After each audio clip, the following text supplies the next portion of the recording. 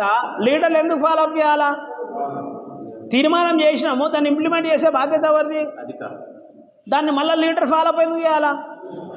ఇది కేవలము కొంతమందికి మాత్రమే, అంటే ఇన్ఫ్లుయెన్స్ ఉన్నోళ్ళకి కావచ్చు, లేకపోతే వాళ్ళు కాంట్రాక్టర్లను మేనేజ్ చేసేవాళ్ళకి కావచ్చు, అట్లాంటి వాళ్ళకే టెండర్ ప్రక్రియలో లాభం జరిగే పని జరిగింది బిఎంసీలో.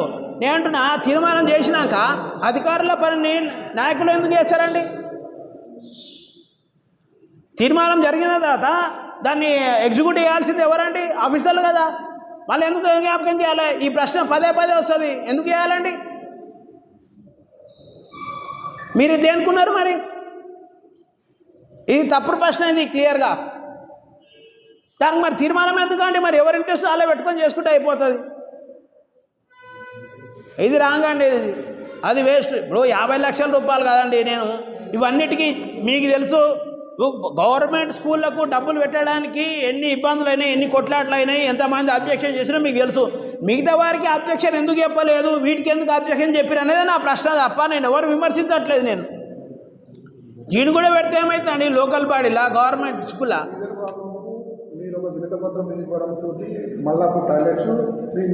ఎగ్జాక్ట్లీ 50 లక్షల దానికి ఫాలో చేయలేదు.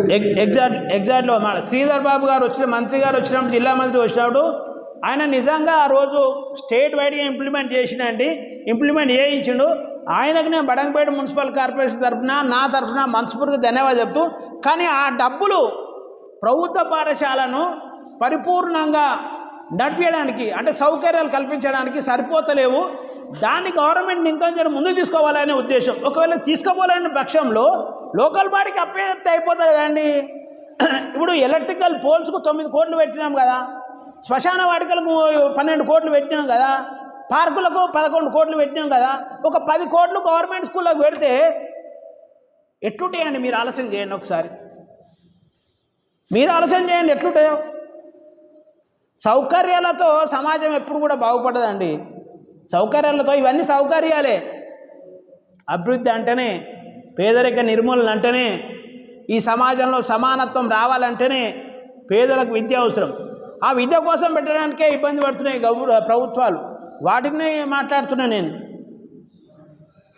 వీటి మీద ఇంత ఇంట్రెస్ట్ ఉన్న లీడర్లు మా అందరికీ గవర్నమెంట్ స్కూల్ మీద పెట్టడానికి ఎందుకు లేదు? రీసెంట్గా మీకు ఎగ్జాంపుల్ చెప్తా.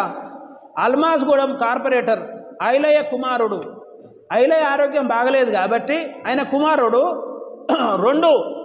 20 లక్షల రూపాయలు నేను స్కూల్కి పెడతా అంటే తీర్మానంలో పెట్టనీయలే.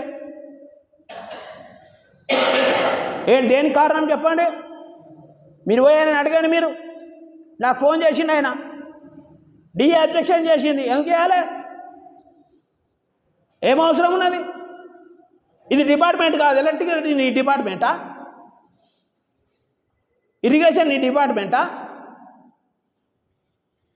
అంటే పెడితేనే అబ్జెక్షన్ ఉంటుంది, కానీ స్కూళ్ళకి పెడితే అబ్జెక్షన్ ఉంటుందా? బిఎంసీ అధికారులు వైఫల్యం సహకరించలేదు.